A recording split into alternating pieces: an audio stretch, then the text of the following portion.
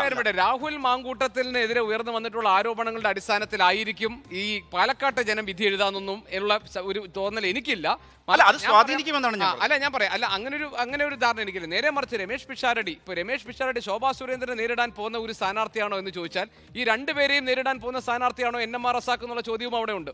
അതുകൊണ്ട് നമുക്ക് എന്താണ് അവിടുത്തെ ഗ്രൗണ്ട് റിയാലിറ്റി എന്ന് ചോദിക്കാം. ലാൽകൃഷ്ണൻ നമ്മളോടൊപ്പം ചേരുന്നുണ്ട് പാലക്കാട് നിന്ന്. ലാൽകൃഷ്ണൻ, ഇപ്പോൾ വലിയൊരു ആരോപണം പാലക്കാട് കേന്ദ്രീകരിച്ച് ഉന്നയിച്ചിരിക്കുകയാണ്. ഇപ്പോൾ കോൺഗ്രസിന്റെ ഭാഗത്ത് നിന്ന് അവിടെ ഒരു ഡീൽ നടക്കുന്നുണ്ട് BJP-യും CPM-ഉം തമ്മിൽ. അതുകൊണ്ടാണ് അപ്രസക്തനായ ഒരു സ്ഥാനാർത്ഥി ഇടതുമുന്നണി തവണ പാലക്കാട് ഫീൽഡ് ചെയ്തിരിക്കുന്നതെന്നാണ്. പാലക്കാട്ടെ വോട്ടർമാർക്കിടയിൽ ഇത്തരം ഗുരുതരമായ ഈ ആരോപണങ്ങൾ അവർ മുഖവിലേക്ക് എടുക്കുമോ? എന്താണ് പാലക്കാട്ടെ ഒരു ഗ്രൗണ്ട് റിയാലിറ്റി? കഴിഞ്ഞ കുറേ നാളുകളായിട്ട് പൊതുചിത്രം, അതായത് പാലക്കാടുള്ള പൊതുചിത്രം എന്ന് പറയുന്നത് ആ ഫൈറ്റ് നടക്കുന്നത് പ്രത്യേകിച്ച് BJP-യും കോൺഗ്രസും തമ്മിലാണ് എന്നുള്ളത് തന്നെയാണ്.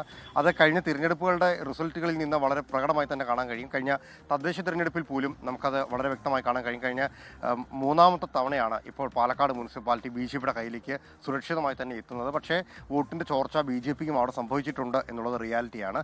മറ്റൊരു പ്രധാനപ്പെട്ട വസ്തുത എന്ന് പറയുന്നത് നിലവിലെ സാഹചര്യത്തിൽ കോൺഗ്രസിന് അവിടെ ഒരു പുതുമുഖത്തെ കൊണ്ടുവന്ന് ഇറക്കുക, പരിചയസമ്പന്നനായ ആൾ ഇറക്കുക എന്നതിനേക്കാൾ ഉപരി അവിടെ കുറെ കൂടി സ്വീകാര്യനായ ഒരാൾ ഇറക്കുക എന്നുള്ളതാണ്. അതിൻ്റെ ഭാഗമായിട്ടാണ് സംസ്ഥാനത്തുടനീളം പൊതുസ്വീകാര്യൻ എന്ന രീതിയിൽ തന്നെ രമേശ് പിഷാരടിയെ പരീക്ഷിക്കാം എന്ന തീരുമാനത്തിലേക്ക് പോയത്. മാത്രം കുറേ കാലങ്ങളായിട്ട് രമേശ് പിഷാരടി കോൺഗ്രസിനോട് അനുഭാവം പൂർവ്വം തന്നെ നിൽക്കുന്ന ഒരാൾ കൂടിയാണ്. പല വേദികളിലും പരസ്യമായി അദ്ദേഹം കോൺഗ്രസ്സുകാരനാണ് എന്ന് പറഞ്ഞിട്ടുമുണ്ട്. ഇതിനിടയിൽ വരുന്ന ഒരാൾ എന്ന് പറയുന്നത് തീർച്ചയായിട്ടും റസാഖ് തന്നെയാണ്. റസാഖ് നേരിടുന്നത് രണ്ട് ശക്തരായ സ്ഥാനാർത്ഥികളെയാണ്. BJP-ക്ക് സംസ്ഥാനത്ത് അവതരിപ്പിക്കാൻ കഴിയുന്ന ഏറ്റവും മികച്ച സ്ഥാനാർത്ഥികളിൽ ഒരാളാണ് പാലക്കാട് അവതരിപ്പിച്ചിരിക്കുന്ന ശോഭാ സുരേന്ദ്രൻ എന്ന് പറയുന്നത്. കഴിഞ്ഞ ബൈ ഇലക്ഷൻ്റെ സമയത്ത് ശോഭയ്ക്ക് അവിടെ സീറ്റ് കൊടുത്താൽ ആ സീറ്റ് തിരിച്ച് പിടിക്കാമായിരുന്നു, അല്ലെങ്കിൽ ആ സീറ്റ് പിടിക്കാമായിരുന്നു എന്നുള്ള സംസാരം തന്നെ നടന്നതാണ്. അപ്പോൾ അത്തരം രണ്ട് ശക്തരായ നേതാക്കൾക്കെതിരെ, രണ്ട് സ്ഥാനാർത്ഥികൾക്കെതിരെ നിലവിൽ അവിടെ സംസ്ഥാനം ഭരിക്കുന്ന ഒരു പാർട്ടി ഒരു ദുർബലനായ ഒരു സ്ഥാനാർത്ഥിയെ നിർത്തിയിരിക്കുന്നത് വോട്ട് പങ്കിടുന്നതിൻ്റെ ഭാഗമായിട്ടാണ് എന്നുള്ളൊരു ആരോപണമാണ്. അതൊരു ആരോപണമാണ്. KC വേണുഗോപാൽ ഈ ആരോപണം ഉന്നയിക്കുന്നതിന് ദിവസങ്ങൾക്ക് മുമ്പ് തന്നെ സോഷ്യൽ മീഡിയ പ്ലാറ്റ്ഫോമുകളിലടക്കം CPI-നെതിരെ ഇത്തരമൊരു ആരോപണം പല കോണുകളിൽ നിന്ന് ഉയരുന്നുണ്ട്. BJP അടക്കമുള്ള ആളുകൾ ഈ ആരോപണത്തെ ഏറ്റെടുത്തിട്ടില്ല. പക്ഷേ പല കോണുകളിൽ നിന്ന് ഈ ആരോപണം ശക്തമായി പലയിടങ്ങളിലേക്ക് പോകുന്നുണ്ട്.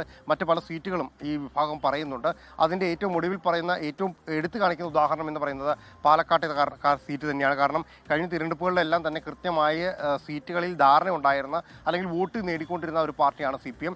കഴിഞ്ഞ 16-ന് ശേഷം വലിയ രീതിയിലുള്ള വോട്ട് ചോർച്ച സംഭവിച്ചിട്ടുണ്ട്. അതിന് പ്രധാന കാരണം എന്ന് പറയുന്നത് 16-ന് ശേഷം അതിന് തൊട്ട് മുമ്പുള്ള കാലങ്ങളിലും RSSന്റെ കൃത്യമായ പോക്കറ്റുകളിൽ നല്ല രീതിയിലുള്ള വളർച്ച അവർക്ക് കൊണ്ടുവരാൻ സാധിച്ചിരുന്നു എന്നുള്ളതാണ്.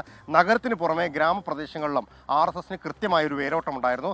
ആ RSSന്റെ ശാഖയിൽ പ്രവർത്തിച്ചു വന്നിരുന്ന ഒരു കൂട്ടം യുവാക്കൾ അവർ പ്രായപൂർത്തിയായി BJP-യുടെ അനുഭവം കാണിച്ചുകൊണ്ട് തന്നെ രംഗത്തേക്ക് എത്തിയതോടുകൂടി BJP-ക്ക് വലിയ രീതിയിലുള്ള ഒരു വോട്ട് വന്നു. മാത്രമല്ല ഒരു പാലക്കാടിനെ യഥാർത്ഥത്തിൽ UDF-ലേക്ക് അടുപ്പിച്ചതിന്റെ ഒരു മാന്ത്രിക അല്ലെങ്കിൽ ഒരു കാന്തിക ശക്തി എന്ന് പറഞ്ഞത് അവിടെ ഷാഫി പറമ്പിലായിരുന്നു. ആദ്യത്തെ കന്നി തെരഞ്ഞെടുപ്പ് മുതൽ അവിടെ ഇറങ്ങിയ ശേഷമുള്ള പിന്നീട് അങ്ങോട്ടുള്ള 3 തെരഞ്ഞെടുപ്പുകളിലും ഷാഫി പ്രഭാവം കാണാമായിരുന്നു. അതിനുശേഷം പിന്നീട് രാഹുൽ മാങ്കൂട്ടത്തിനെ കൊണ്ടുവരുമ്പോഴും എൻ്റെ ആൾ എന്ന നിലയിലായിരുന്നു ഷാഫി അവിടെ അവതരിപ്പിച്ചിരുന്നത്. ഇന്നിപ്പോൾ നാമനിർദ്ദേശ പത്രിക സമർപ്പിക്കുമ്പോഴും ഇവിടെ UDF സ്ഥാനാർത്ഥി രമേശ് പിഷാരടിക്കൊപ്പം ഷാഫി പറമ്പിലുണ്ട്. ഒരു ഷാഫി മാജിക് അവിടെ സംഭവിക്കാൻ പോകുന്നുണ്ടോ പാലക്കാട്? അങ്ങനെയാണെങ്കിൽ ഇടതുമുന്നണിക്ക് അപ്രസക്തനായ ഒരു സ്ഥാനാർത്ഥിയായി മാറി എന്നത് ഇപ്പോൾ ഉയർന്നു വന്നിരിക്കുന്ന ആരോപണങ്ങൾ ഏതെങ്കിലും തരത്തിൽ ശരിവെക്കുന്നുണ്ടോ എന്ന കാര്യങ്ങൾ കൂടി നമുക്ക് ഒരിക്കൽ കൂടി പരിശോധിക്കാം.